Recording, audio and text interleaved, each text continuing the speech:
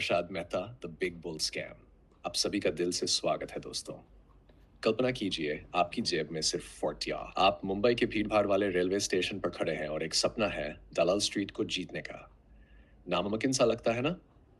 लेकिन यही से शुरू होती है उस इंसान की कहानी जिसने देश की आर्थिक नींव हिला दी। हर्षद मेहता एक ऐसा नाम जो कुछ के लिए बिग बुल था और बाकी के लिए एक धोखे का दूसरा नाम।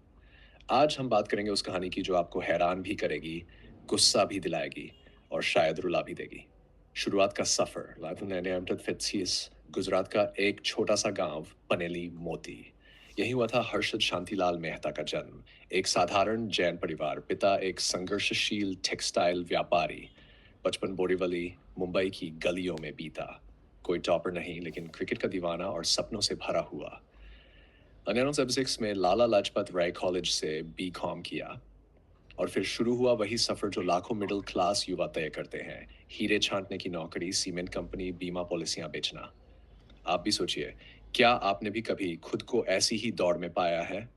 और फिर आया वो पल, जेब में सिर्फ चटीस लेकर पहली बार कदम रखा शेयर बाजार में। सुटीत आज के समय में शायद एक समोसा भी मुश्किल से मिले, लेकिन यही इंसान आगे चलकर 3 करोड़ का स्कैम करेगा, जिसकी रकम कई देशों की जीडीपी से भी बड़ी थी। भाग 2, बिग बुल का उदय।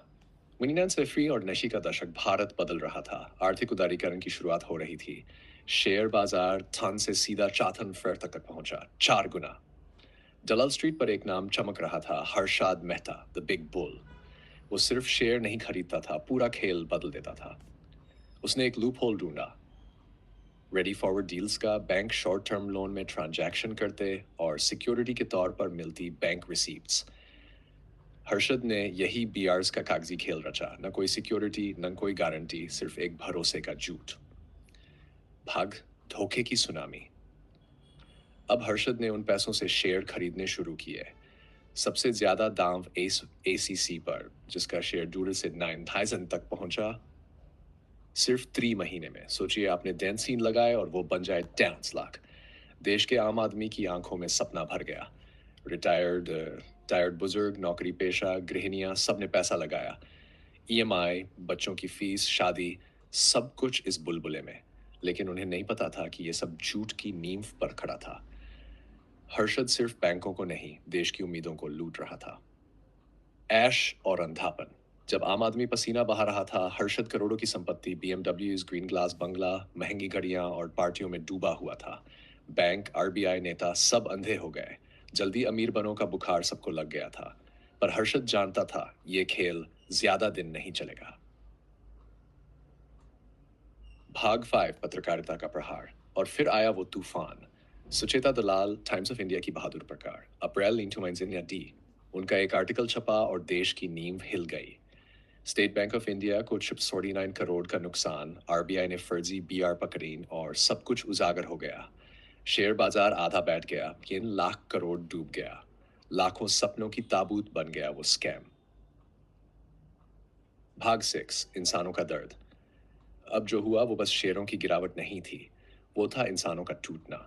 लोगों ने आत्महत्या कर ली, बच्चों की फीस रुक गई, शादियां टूटी, घर बिक गए। विजय केदिया ने कहा, 30-40 साल की मेहनत, एक साल में साफ। भारत का मिडिल क्लास टूट गया। माता पिता अपने बच्चों को कहने लगे, शेयर बाजार से दूर रहो। न्याय और सबक। हर्षद पर मुस्तैद केस लगे, सिर्फ 4 में दोषी साबित हुआ। 2001 में तिहाड़ जेल में हार्ट अटैक से मौत, उम्र सिर्फ 37 साल। नाम मर गया पर कहानियां अमर हो गई। कई बड़े नाम जांच से बाहर निकल गए। सेबी मजबूत हुआ, सिस्टम बदला, ऑनलाइन ट्रेडिंग आई, लेकिन जो विश्वास टूटा था वो कभी नहीं जुड़ा। समापन संदेश। दोस्तों, ये कहानी सिर्फ हर्षद मेहता की नहीं है।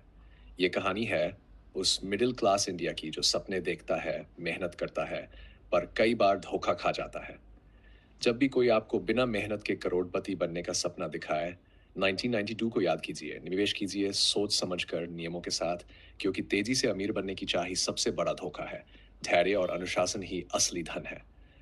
अगर आपको ये कहानी दिल से छू गई हो तो लाइक करें, शेयर करें, चैनल को सब्सक्राइब जरूर करें। सीखिए, सिखाए और देश को आगे बढ़ाए। जो इतिहास से सीखता है वही भविष्य बदलता है। subscribe button.